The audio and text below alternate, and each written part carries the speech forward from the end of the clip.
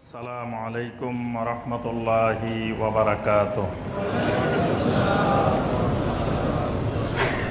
তাহলে কবরের পরে যেই কার্যক্রমটা শুরু হবে সেটা হলো কি? নাফখাতুস সূর, সিংহায় ফুৎকার। সিংহায় ফুৎকার কয়টা হবে? তিনটা হবে।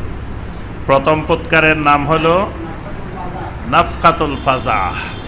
আজকে আমাদের বাইকে পুরস্কার দিতে হবে, পুরস্কার আছে না? এক নম্বর হলো কি? নাফখাতুল ফাজা। দুই নম্বর হলো নাফখাতুস সাক। তিন নম্বর হলো নাফখাতুল কিয়াম ইলা রাব্বিল আলামিন। সুবহানাল্লাহ। এই তিনটা ফুৎকার, এক এক ফুৎকারের মাঝখানে 40 বছরের ব্যবধান। এই 40 দুনিয়ার 40 বছর না, আখিরাতের 40 বছরের ব্যবধান এক এক ফুৎকারের মাঝখানে। তাহলে প্রথম ফুৎকারের নাম হলো কি? নাফখাতুল ফাজা, মানে ভীতি সৃষ্টি করার ফুৎকার।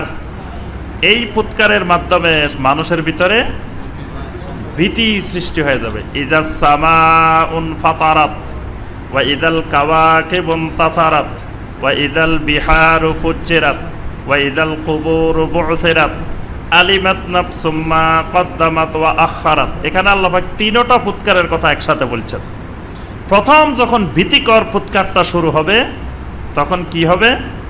ইজাস সামাউন ফাতারাত, আকাশ ফেটে যাবে, বিদীর্ণ হয়ে যাবে। ওয়া ইদাল কাওয়াকিবুন তাসারাত, নক্ষত্রগুলো খসে পড়ে যাবে, সব নক্ষত্র খসে পড়ে যাবে। ওয়া ইদাল বিহারু সুজ্জিরাত, সাগরের ভিতরে আগুন ধরে যাবে, পানির ভিতরে আগুন জ্বলবে, সাগরে আগুন লেগে যাবে।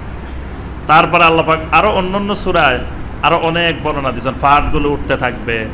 তারপরে সারা মানে মানুষের মধ্যে চরম আকার একটা ভীতিকর পরিস্থিতি তৈরি হবে। এটা হলো প্রথম ফুৎকার। এরপরে দ্বিতীয় ফুৎকারে হলো নাফখাতুস সাক।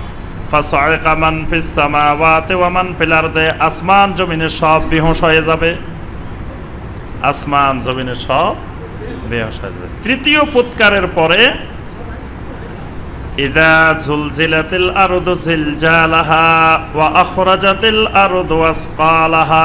তৃতীয় ফুৎকারের পরে মাটির ভিতর থেকে সব কিছু বের হয়ে চলে আসবে, তখনই হলো বাস। এটার নাম হলো বাস। বাস মানে পুনরুত্থান, বাস মানে পুনরায় আবার কবর থেকে উঠে যাও।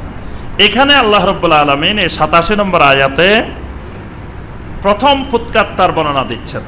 ওয়া ইয়াউমা ইউনফাখু ফিস সূরে, যেদিন ওই সিংহার ভিতরে, সূরের ভিতরে ফুৎকার দেওয়া হবে। সিংহাটা কি রকম এটা আল্লাহ রাব্বুল আলামিনই ভালো জানেন এটা কেমন। এটার দায়িত্বে আল্লাহ রাব্বুল আলামিন কাকে রেখেছেন? ইসরাফিল আলাইহিস সালাম। আল্লাহ পাক নির্দেশ দিবেন, তিনি এই সূরের মধ্যে, সিংহার মধ্যে ফুৎকার দিবেন। ফাফাজিআ মান ফিস সামাওয়াতি ওয়া মান ফিল আরদ, আসমানের মধ্যে জমিনের মধ্যে যা কিছু আছে, যতজন আছে, সবার ভিতরে একটা ভীতিকর পরিস্থিতি তৈরি হয়ে যাবে। ইল্লা মান শাআল্লাহ, তবে আল্লাহ রাব্বুল আলামিন যাদেরকে চাইবেন তাদের মধ্যে ভীতি পরিস্থিতি তৈরি হবে না। সুবহানাল্লাহ। তাহলে এমন মানুষও থাকবে যাদের ভিতরে এরকম ভীতিকর পরিস্থিতি তৈরি হবে না। ওয়া কুল্লুন আতাউহু দাখিরিন, সেদিন সবাই এসে হাজির হবে দাখিরিন, লাঞ্ছিত হয়ে, মানে একেবারে তুচ্ছ নগণ্য, একেবারে সাধারণ হয়ে। সেদিন কোনো প্রভাব প্রতিপত্তি ক্ষমতা সম্পদ কিছুই নেই, সবাই সাধারণ, একেবারে হীন সাধারণ মানুষের মতো এসে আল্লাহর দরবারে হাজির হয়ে যাবে। ওয়া তারাল জিবালা তাহসাবুহা জামিদাতান, তোমরা যে পাহাড়গুলোকে দেখো আর ধারণা করো জামিদাতান, এগুলো স্থবির হয়ে আছে। পাহাড়গুলোকে তোমরা দেখে দেখে মনে করো যে পাহাড়গুলো একেবারে স্থবির হয়ে, শক্ত হয়ে দাঁড়িয়ে আছে। আল্লাহ পাক বলেন ওয়াহিয়া তামুররু মাররাস সাহাব, সেদিন ওই পাহাড়গুলো চলা শুরু করবে, উড়া শুরু করবে। মাররাস সাহাব, যেমন ভাবে মেঘমালা উড়ে। সুবহানাল্লাহ।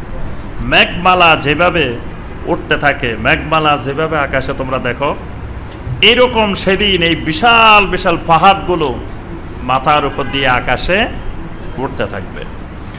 সুনআল্লাহিল্লাযী আতকানা কুল্লা শাই, এটা হলো ওই রাব্বুল আলামিনের শিল্প, ওই আল্লাহর তৈরি, যেগুলো দিয়ে আল্লাহ রাব্বুল আলামিন প্রত্যেকটা জিনিসকে ইতকান দান করেন, প্রত্যেকটা জিনিসের ভিত্তি মজবুত করেন আল্লাহ রাব্বুল আলামিন। এরকম আল্লাহর বানানো, আল্লাহর এক একটা শিল্প দিয়ে, সুবহানাল্লাহ।